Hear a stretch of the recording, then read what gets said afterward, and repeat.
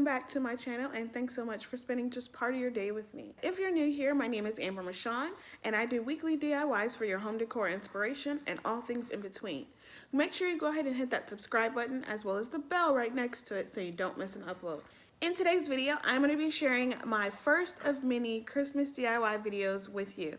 It might seem a little bit early for some to start doing DIYs for Christmas, but I have since learned over the past year that getting things out before the season actually gets here is the best rule of thumb.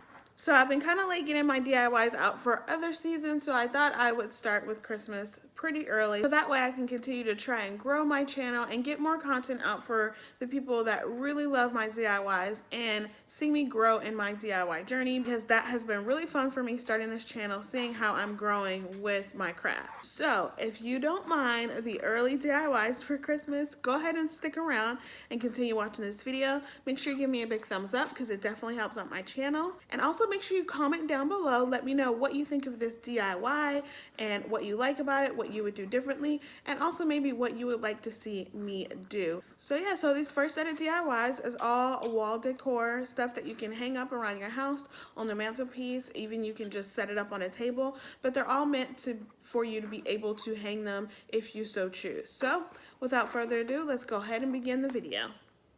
Okay, so for the first DIY, I'm going to be making the Merry and Bright sign, and I'm using the sign blocks from Dollar Tree during the time they had the fall decorations out. And then I'm going to go ahead and give them 2 coats of truffle chalk paint from Waverly. I picked this up from Walmart.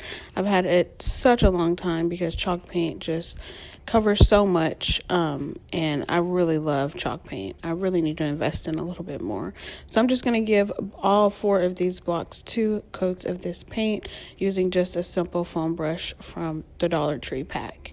And this is what they look like after they set and dried overnight.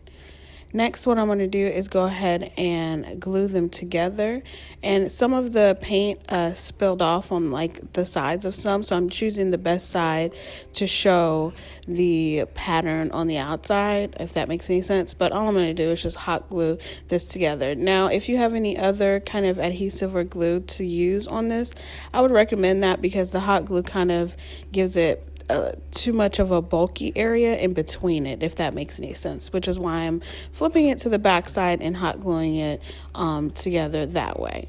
Then I'm going to take this Merry and Bright sign from Dollar Tree. I really love this. I think it's so cute. And I am going to paint this a Tuscan red color that I got from that I got from Walmart in the Apple Barrel paint. It's only 49 cents. Then I'm going to take some glitter. I got this extra fine glitter from Walmart, but I'm going to go ahead and use this glitter pack from Dollar Tree. So first thing I'm going to do is just go ahead and paint the Merry and Bright sign, that Tuscan red color. And I only gave it 1 coat. I didn't give it 2 coats because I didn't need it. The red is pretty dark and deep enough for what I was going for, and it just didn't need that second coat. And that's what it looks like semi-dry. It's still wet in some spots, but that's all right because I'm deciding which gold glitter I want to use. Dollar Tree has 2 kinds. It has more of a yellowish gold and more of like a neutral gold. I'm going to go ahead and use the neutral gold color and just go ahead and apply some Mod Podge on the Merry and Bright word sign using a foam brush, the corner of the foam brush. You don't have to do that if you don't want to, but then I'm just going to sprinkle the glitter on there. And I was kind of going for something different, which is why there's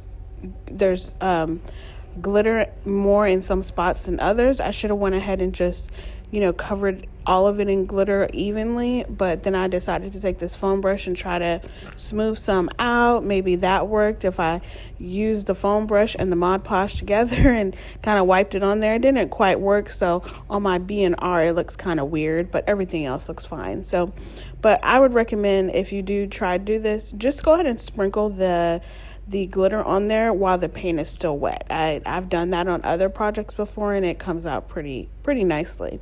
So then once that was all dried and I liked the way it looked from the mistakes that I made, I just went ahead and glued it on the top of, or the front of, those 4 blocks that I glued together.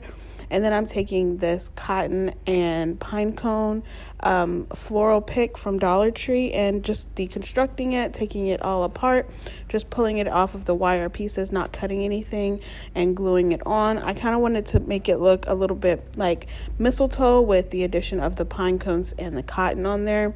So I basically wanted to use everything that was on that floral pick, and I just placed the pine cone in the middle, the berries on the side, and the cotton on the back side of those berries, and just next to and a little bit behind that pine cone.